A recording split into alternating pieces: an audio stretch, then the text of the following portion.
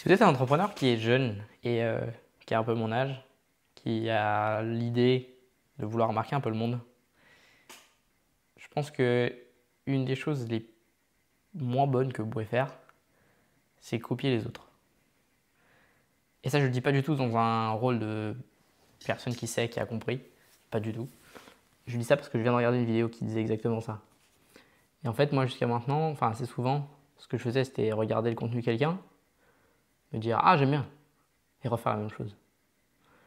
En fait, ce que ça fait, ça, c'est qu'au final, ça ne fait qu'apporter à la marque de cette personne. Et en fait, tu te mets dans le sillage de lui. Et on sait que c'est pas toi qui as créé cette idée. On sait que c'est pas toi qui a réfléchi, qui était créatif. Et c'est un truc que récemment j'ai essayé de faire de plus en plus. Je sais pas si vous voyez le petit canapé qu'il y a là, juste là. Ça, c'est l'endroit où je me pose. Et j'essaie à peu près tous les jours pour trouver mon idée de reel. J'essaie d'en faire un tous les jours. Et je me suis créé un espace à cet endroit-là où je regarde par la fenêtre et j'essaie d'avoir des idées qui viennent. Ma technique, c'est que j'ai à peu près 4 piliers sur lesquels je peux faire du contenu et sur lesquels j'ai envie de baser comment est-ce que les gens me voient. Il y en a un, c'est mon agence. Ok, j'ai 19 ans, j'ai une agence, on fait pas mal d'argent, c'est bien, on est content. C'est quand même quelque chose qui peut être intéressant. Ok. Deuxième chose, c'est faire des sites. Ok, actuellement, je fais des sites, pas mal avec l'IA, et j'essaie de faire ces vidéos un petit peu drôles. C'est plus la partie moins sérieuse et moins intéressante. Enfin, pas moins intéressante, mais juste qui apporte mon valeur de mon contenu. Okay. La troisième, c'est, et ça j'en ai pas encore trop fait, mais c'est sur un SaaS que j'ai en train de développer avec l'IA. Et l'idée, c'est que moi qui ne sais pas coder, j'arrive à faire un SaaS. Donc si moi je peux le faire, n'importe qui peut le faire. Et c'est surtout cette idée de moi dans mon rôle en tant que créateur actuellement, je le vois comme quelqu'un qui va motiver et qui va plutôt ramener les gens dans son sillage, mais dans un sens où que les gens soient identifiés ou comme ceux qu'ils étaient. Ça m'a beaucoup servi quand j'ai fait des call calls. Donc j'ai fait des vidéos où je faisais des appels à froid. Enfin, beaucoup des entrepreneurs ont fait ça, en tout cas quand on s'est lancé. Et je pense que les gens me voient dans cette position, ça les faisait sourire, ça leur rappelait qui ils étaient. D'ailleurs, je sais parce que j'en ai parlé à certaines personnes, elles m'ont dit ça. Et donc, avoir comme ça des contenus qui finalement contribuent à que tu crées une image de toi sur les réseaux sociaux qui est unique, qui sont super importants. Et c'est pour ça que là maintenant, j'ai toujours pris inspiration de quelqu'un d'autre. Et en voyant quelqu'un, je faisais la même chose. Et ça, je pense que c'est une erreur parce que, comme j'ai dit, tu t'inscris dans son sillage et tu ne crées pas le tien. Et peut-être que tu vas avoir un peu de fame parce que tu vas pouvoir te rattacher un peu à qui il est, à ce qu'il a créé. Mais ça, au final, ça ne te définit pas toi comme personne séparée, ça te définit dans son sillage. Et si tu veux devenir une référence dans ton domaine, tu ne peux pas faire ça. Regarde Iman Ghazi, regarde Hormozy, regarde Daniel Dalen. Est-ce qu'ils ont quelque chose à voir? Peut-être dans le fond du contenu, oui, parce qu'ils sont dans la même niche. Ils font du business, ok. Mais Daniel Dalen, il a cette idée de extrêmement authentique. Lui, quand il vient, il parle à une caméra, c'est extrêmement authentique. Il te montre comment il va mal, il montre comment il pleure, il montre quand les choses vont bien, quand il est content. Et ça rend tellement, d'un côté, brut son contenu, mais évidemment que c'est réfléchi. Évidemment que tout ça, c'est fait. Et d'ailleurs, il disait en vidéo, parce que la vidéo que j'ai regardée, le gars qui faisait cette vidéo, il allait voir Daniel en vrai. Il lui disait, mon business a fait x10 depuis que je fais des vidéos. Pourtant, je suis sûr que les trois quarts des gens qui regardent ça savent même pas qu'est-ce qu'il fait comme business Daniel Allen. Parce qu'il n'en parle même pas. Parce que c'est pas ça son objectif. Il s'en fout, en fait. Lui, ce qu'il aimerait créer, c'est une communauté qui se fédère autour de lui, autour de qui il est. Et il peut faire n'importe quoi, il peut aller n'importe où. Les gens sont toujours intéressés par qui il est. C'est comme un grand chef, Jamie Oliver. Il peut ouvrir n'importe quel restaurant, dans n'importe quel endroit du monde. Peu importe, c'est Jamie Oliver, c'est une référence dans son domaine. Bah ça, c'est la même chose. Hormozy, pareil. Hormozy vient de faire un webinaire et il a fait 70 millions. Okay, 70 millions en un webinaire. C'est incroyable. 5 heures de webinaire. Donc il me semble que la majorité a été closée en 1 heure.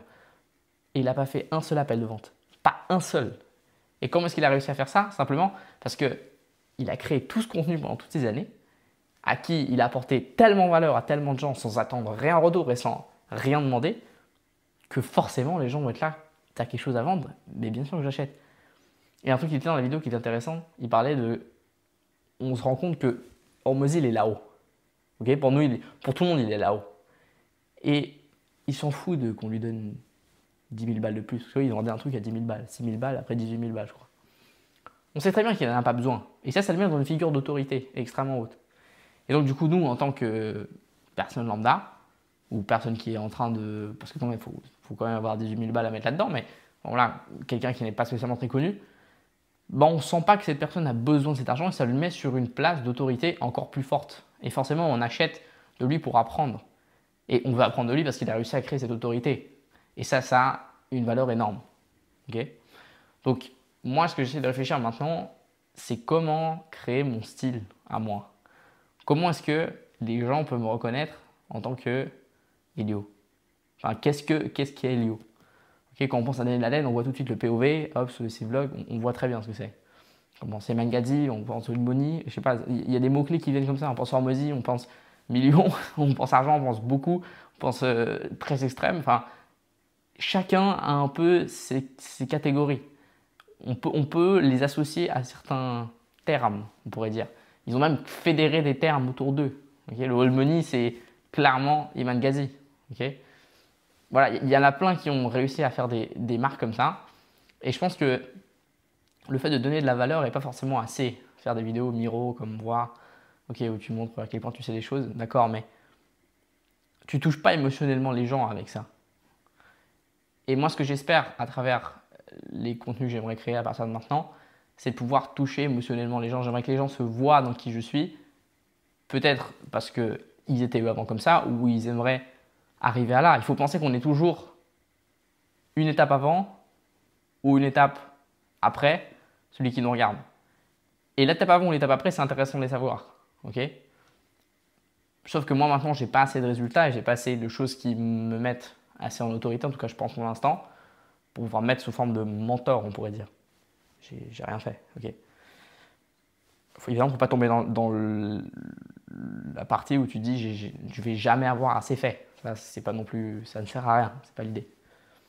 Parce qu'à un moment donné où vraiment tu as fait beaucoup plus que les autres.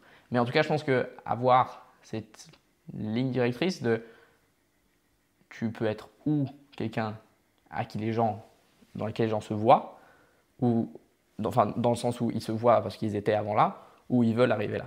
Okay, et je pense que cette honnêteté-là et ce côté émotionnel qu'on arrive à susciter chez les gens, aujourd'hui déjà il manque beaucoup et on a surtout beaucoup de personnes qui réfléchissent toute la journée pour nous créer des vidéos qui nous prennent l'attention. Okay, Daniel Dalen, il fait pas ça. Bien sûr que c'est réfléchi, bien sûr que. Mais on sait quand il fait ses vidéos, ça se voit, c'est pas possible qu'il ait réfléchi à chaque mot. Bien sûr qu'il a réfléchi à l'idée générale de sa vidéo, mais il n'a jamais réfléchi au mot précis qu'il va dire. Et c'est normal parce que sinon ce serait pas authentique. Et toute la valeur de sa vidéo, elle serait partie. Après, il y a, je pense, autre chose qui est vraiment vital dans, par exemple, Daniel Dalen, c'est le personnage qu'il est. Okay, c'est un jeune, okay, ça se voit qu'il a beaucoup d'argent, il parle chinois, il bosse en Chine, enfin il fait des business en Chine. Et je trouve que son style a quelque chose de spécial. Comme par exemple un Iman Gadi, son style a quelque chose de spécial. Je dis style même vestimentaire. Et Nalen, on le connaît avec ses lunettes. Ses lunettes, c'était devenu un truc, il en a fait une marque, évidemment. Il a bien joué à lui, c'est logique. Même Hormozy, il a un style vestimentaire spécial. Il est unique son style. Okay. Un bûcheron, un peu comme ça. Mais chacun a un peu sa manière d'apparaître comme unique à l'écran et on les reconnaît. Tu vois un petit musclé avec une grande barbe et un débardeur, bah tu sais qui c'est quoi. Parce qu'il a créé ce personnage autour de lui, il a créé ce personnage autour de sa personne. Et ça, je pense que c'est un truc qu'il faut essayer de créer. Et c'est pour ça que je suis un moment en réflexion et en recherche de pouvoir le faire. Ça, c'est un essai. On verra si ça donne quelque chose. Alors, je parlais d'honnêteté, c'est tellement honnête que j'ai oublié de mettre ma batterie à charger. Donc, je n'ai plus de batterie et il va falloir que j'accorde assez vite pour pas que ça se recoupe. Mais ce que je pense qu'il faut retenir de cette vidéo, c'est simplement, ça c'est un de mes premiers essais d'essayer de créer quelque chose d'unique et qui soit juste moi qui l'ai fait. Ça, tout vient de ma tête actuellement. Évidemment, c'est une inspiration de ce que j'ai regardé, mais dans le contenu, pas dans la forme.